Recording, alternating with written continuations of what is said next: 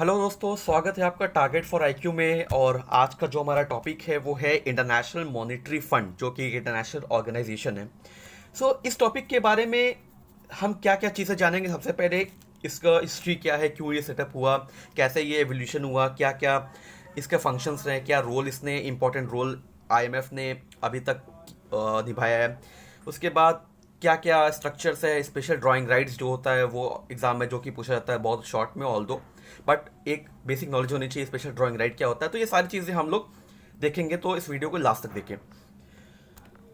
इस वीडियो को शुरू करने से पहले मैं आपसे रिक्वेस्ट करना चाहूँगा कि if you like this content of this video then please इसको लाइक करें, सब्सक्राइब करें। एंड अगर कोई और टॉपिक आपके लिए है जो कि आपके लिए ज़रूरत है तो इस पर कमेंट करके हमें ज़रूर बताएं, ताकि हम इस पर नई वीडियोस और नई कंटेंट ला सकें। ऑलराइट, तो अब मैं शुरू करूंगा इस टॉपिक से। इंटरनेशनल मॉनेटरी फंड बेसिकली देखिए एक ऑर्गेनाइजेशन है जो कि सेटअप हुआ था 1945 के करीब, जब वहाँ पे एक यूएन कॉन्फ्रेंस हुई थी ब्रेटन वुड्स में। यूनाइटेड स्टेट में एक जगह है ब्रेटन वुड्स, वहाँ पे यूएन कॉन्फ्रेंस हुई थी।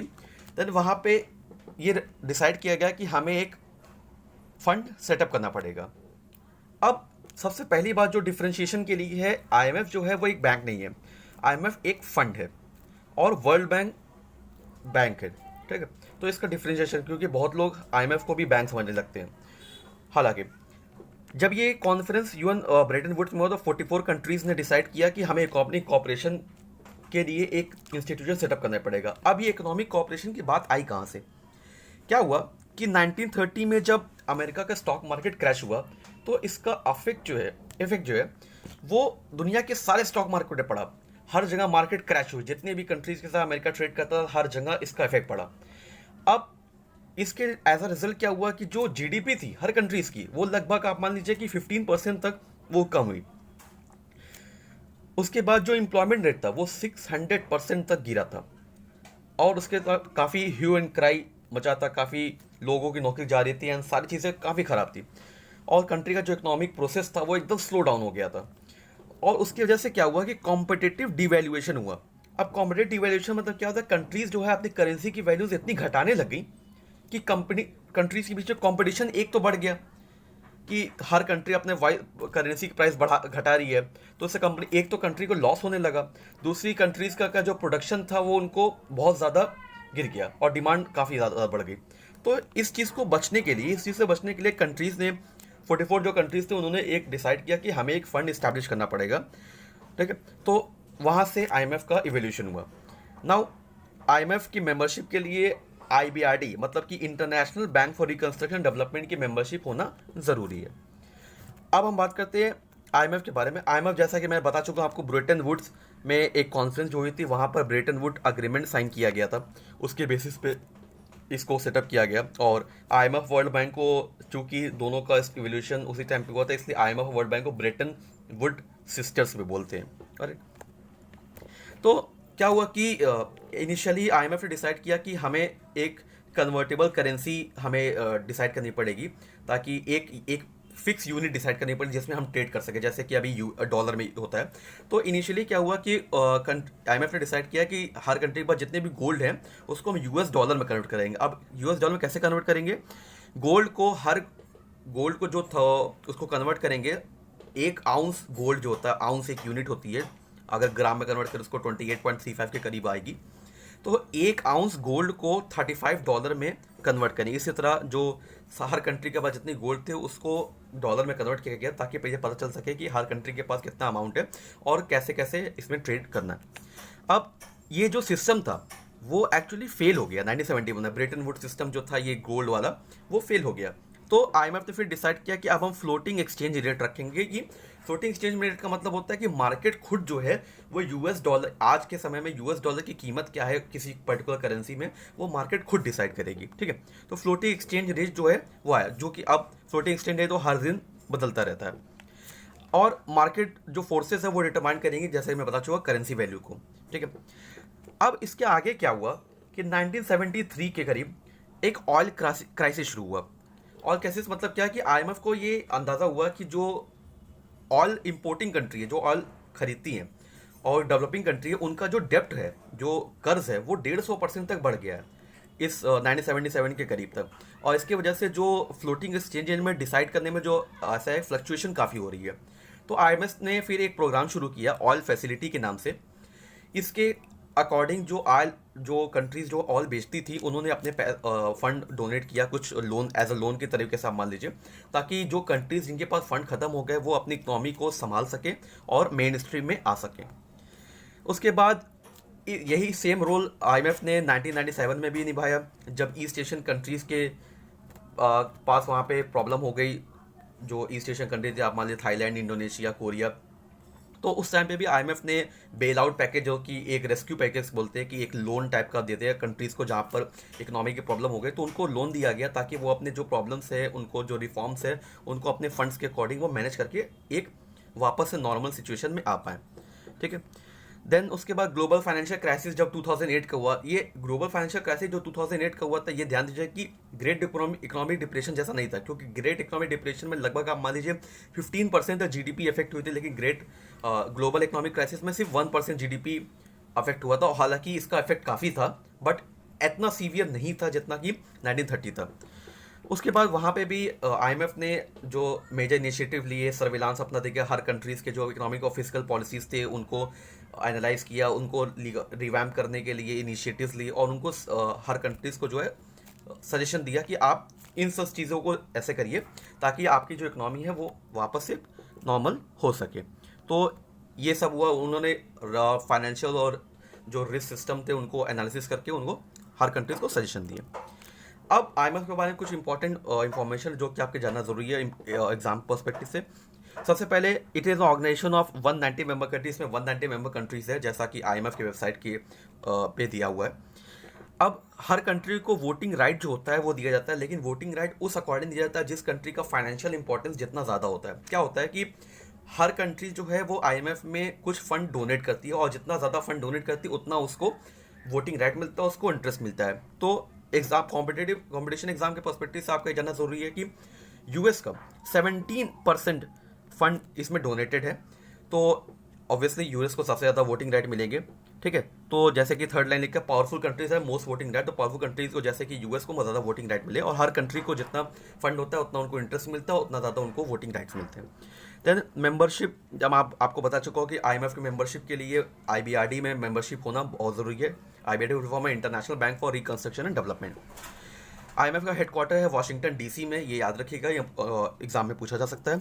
And world bank and international monetary fund, इनको ब्रेटन वुड ट्विंस भी बोला जाता है। कभी कभी क्वेश्चन आता है कि ब्रेटन वुड ट्विंस जो है किन दो ऑर्गेनाइजेशन को बोला जाता है, तो इसको ध्यान रखिएगा।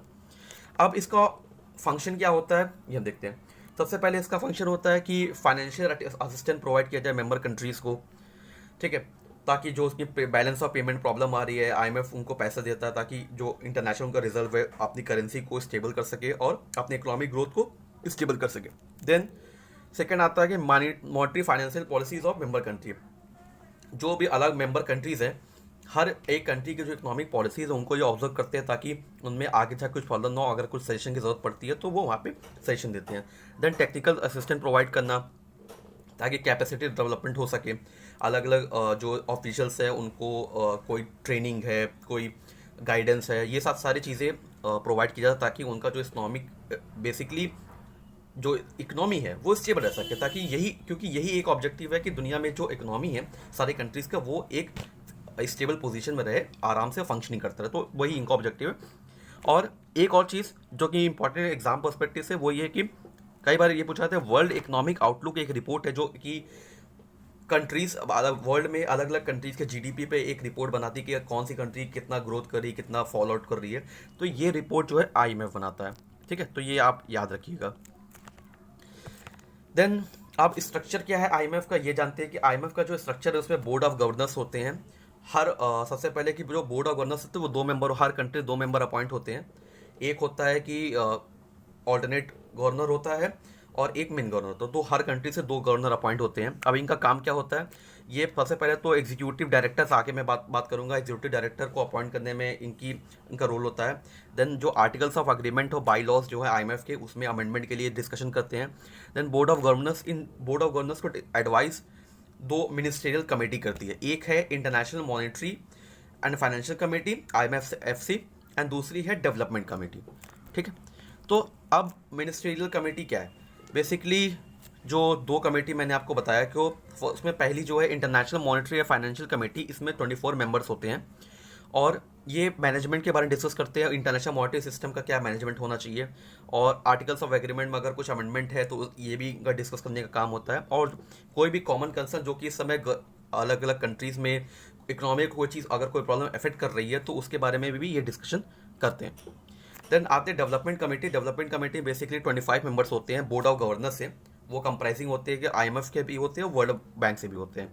ठीक है, देन इनका काम क्या होता है? बोर्ड ऑफ गवर्नर्स को डेवलपमेंट कमेटी जो है वो एडवाइस करती है ताकि जो इकोनॉमिक डेवलपमेंट जो इश्यूज़ है मार्केट में या डेवलपिंग कंट्रीज जो कि ग्रोथ कर रही हैं उसमें कुछ प्रॉब्लम होते हैं तो यहाँ पे बोर्ड ऑफ गवर्नर्स जो है को डेवलपमेंट कमेटी एडवाइस करती है कि क्या क्या इसमें अच्छी चीज़ें, क्या क्या इसमें प्रॉब्लम्स है, क्या क्या इश्यूज़ है, क्या क्या एड्रेस करने की ज़रूरत है और क्या क्या इसका फ्यूचर एस्पेक्ट है। ठीक है, देन आता है आपका एग्जीक्यूटिव बोर्ड। एग्जीक्यूटिव बोर्ड का देखिए काम क्या होता है। एग्जीक्यूटिव बोर्ड में बेसिकली 24 मेंबर्स एग्जीक्यूटिव बोर्ड होता है, इसमें 24 मेंबर्स होते हैं जो कि बोर्ड ऑफ गवर्नर्स के थ्रू अपॉइंट किए जा सकते हैं। ठीक है, और ये एग्जीक्यूटिव बोर्ड जो है वो मैनेजिंग डायरेक्टर को भी, MD जो है IMF की, उसको भी अपॉइंट करता है बाय वोटिंग। और अभी की जो कॉम्पिटिटिव पर्सपेक्टिव से एक चीज़ इंपॉर्टेंट है, IMF की मैनेजिंग डायरेक्टर कौन है? तो है क्रिस्टेलिना जॉर्जिवा। उसके बाद इनका काम होता है डिस्कस, सारे करते हैं फंड्स वर्क को, और जो डेली बिजनेस वर्क है वो इनका काम होता है डिस्कस करने का। ठीक है, अब स्पेशल ड्राइंग राइट की बात आती है। स्पेशल ड्राइंग राइट क्या होता है कि, तो स्पेशल ड्राइंग राइट से पहले मैं आपको एक चीज़ और बताना चाहूँगा कि जो कंट्री का कोटा होता है, मेंबरशिप जो होती है वो मैं आपको बता चुका IBRD में मेंबरशिप होना मैंडेटरी है। उसके बाद IMF जब कोई कंट्री ज्वाइन करती है तो उसको एक सम ऑफ मनी दिया जाता है, ठीक है, उसके कोटा के अकॉर्डिंग, और उस के बेसिस पे जो है स्पेशल ड्राइंग राइट डिसाइड होता है। तो स्पेशल ड्राइंग राइट बेसिकली क्या है कि ये एक यूनिट है IMF की, जैसा कि डॉलर है वैसे एक यूनिट है IMF की। तो हर कंट्री के पास एक स्पेशल ड्राइंग राइट होता है, हर कंट्री को उसके कोटा के अकॉर्डिंग स्पेशल ड्राइंग राइट दिया जाता है। उस स्पेशल ड्राइंग राइट को जो है वो कंट्रीज आपस में बेच सकती हैं, जहाँ अगर उनकी इकोनॉमिक प्रॉब्लम, IMF को नहीं बाकी दूसरी कंट्रीज को बेच सकती हैं उसमें। अब एक और चीज़ है कि SDR एक बेसिकली बास्केट है करेंसीज का, उसमें अलग अलग तरह की करेंसीज हैं, जैसे कि US डॉलर, यूरो, जापानीज़ के येन, पाउंड, और अभी रिसेंटली 2016 में, याद रखिएगा 2016 में चाइनीज़ रेमबी उसमें ऐड हुई है। तो सबसे ज़्यादा जो वेटेज है वो US डॉलर का है इस SDR राइट में। और जो SDR की जो वैल्यू है, करंट वैल्यू, जो अब आप सोचेंगे जो जैसे डॉलर की जो वैल्यू है वो डेली डिसाइड होती है, तो SDR की जो वैल्यू है उसका क्या रेट होता है वो हर रोज़ डिसाइड होती है SDR की वैल्यू। ओके, तो हर कंट्री के पास जितने ज़्यादा SDR होगी उतना उनको इंटरेस्ट मिलेगा। ठीक है, तो ये चीज़ें होती है जो SDR को कंट्रीज़ जो है वो इकोनॉमिक प्रॉब्लम्स के टाइम पे यूज़ कर सकती हैं। तो इतनी इन्फॉर्मेशन जो थी वो सफिशिएंट थी कॉम्पिटिटिव एग्जाम के लिए। तो यहाँ पे हम इस वीडियो को एंड करेंगे, एंड आई होप कि इतनी सारी इन्फॉर्मेशन आपके कंपटीशन पर्सपेक्टिव से काफ़ी हो, एंड इसके बेसिस पे IMF पे जितने भी क्वेश्चन हैं आप सारे सॉल्व कर सकें। Alright, so we will end this video here, and thank you.